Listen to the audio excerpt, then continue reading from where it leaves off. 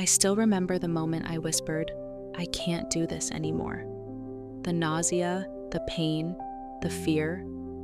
I felt like I was breaking. Then, something happened. A sound I didn't expect, a tiny heartbeat. That was the moment everything changed.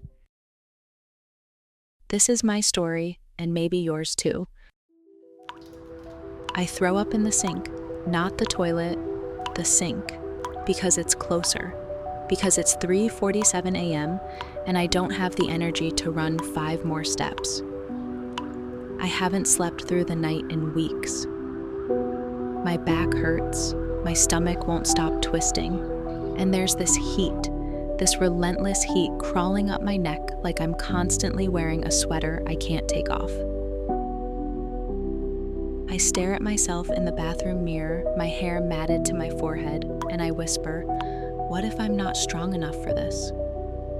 My eyes are red, not from crying, just from being awake too long, the kind of tired that sinks into your bones and makes everything feel heavier. I press my palms into the edge of the sink like it might hold me up, like if I just stand here long enough, something will shift. But nothing does. It's just me, and the silence, and this growing fear that maybe I'm already failing at something I haven't even finished beginning. I used to imagine pregnancy like the movies. You glow, you shop for tiny onesies, you press your partner's hand over your belly and smile when the baby kicks. Nobody tells you about the part where you cry in the car because the sun is too bright, or how your gums might bleed randomly, or that you could throw up water, just plain water. I remember the exact sound my OB made when she said the words, "high risk." It was soft, like a question, but not really. I nod, pretend I'm absorbing information. But I'm already picturing worst-case scenarios like they're playing on a loop behind my eyelids, like I'm taking notes in a meeting or mentally adding it to a to-do list. But inside, something cracks. I can still hear the way the fluorescent lights buzzed overhead, the way her computer keys clicked as she typed, casually, like she hadn't just changed everything. Like high risk wasn't a detour off the map I thought I was following. She starts listing things. Tests, specialists, the possibility of bed rest. I hear maybe every third word, because in my head, I'm already rewinding time, wondering what I did wrong. Was it the stress, the late nights, the iced coffee I forgot to stop drinking during week 5? I want to ask 100 questions, but I can't find my voice. So instead, I just keep nodding, and holding onto the edge of the paper sheet beneath me like it might keep me from falling through the floor. By month 5, I stop pretending everything is fine. I am not fine. I am terrified, exhausted, angry. And I am lonely in a way I didn't expect. Not the kind of lonely that comes from being alone in a room, the kind that sneaks in when you're surrounded by people who love you, but don't know what to say. Or worse, say the wrong thing. Because everyone's so eager to paint this in pastels, to frame every ache and breakdown as part of the miracle. They say things like, "At least you're pregnant," or "Just think of the baby," as if thinking about the baby makes the vomiting stop, as if picturing tiny toes cancels out the blood pressure readings or the stabbing pain in my ribs. People want to fast forward to the happy ending, the nursery reveal, the Instagram caption with a pun about cravings and glow.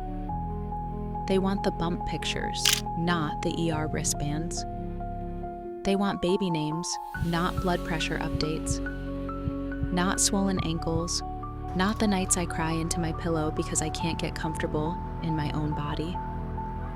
No one really wants to sit in it with you. Not in the messy, ugly middle. But that's where I live now, in the in-between. The place where joy and dread blur into each other so completely I can't tell where one ends and the other begins. And I start to wonder, if I disappear for a while, if I pull back, will anyone even notice? Or will they just wait for the birth announcement and say, she was glowing the whole time? There's a night, week 27 I think, when I start cramping and can't tell if it's normal or not. I lie on the bathroom floor, cold tile against my skin, trying to decide whether to call someone or just wait it out. I don't want to overreact. I don't want to be dramatic. But then there's this voice in my head that says, call, just call. So I do. They admit me for observation, just in case. And that night, I lie in a hospital gown, hooked up to machines, heart thudding in time with the beeping monitor, and I think, I'm so tired of being scared.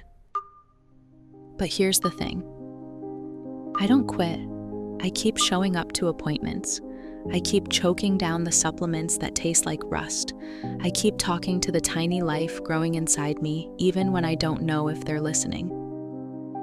Because underneath the fear, the fatigue, the doubt, there is love. Unshakable, stubborn love. The kind that keeps you going when your body says stop. And then one day, after 34 hours of labor, after an epidural that only half works, after screaming, shaking, and swearing, I can't do this anymore. There is silence. And then, a cry. They place him on my chest. He's slippery and warm and louder than I expected. And I can't stop crying. Not from pain, not from exhaustion, but because he's here. He made it. We made it. People say, would you do it all again? And honestly, no. Not exactly like that. Not if I can help it. But was it worth it? Absolutely. Because now when I look at him, his little fists, his sleepy smile, the way he grips my finger like it's the only thing anchoring him to this planet, I see every dark night, every whispered prayer, every ounce of resilience I didn't know I had. And I finally understand. It wasn't easy, but it was mine, and it was worth it.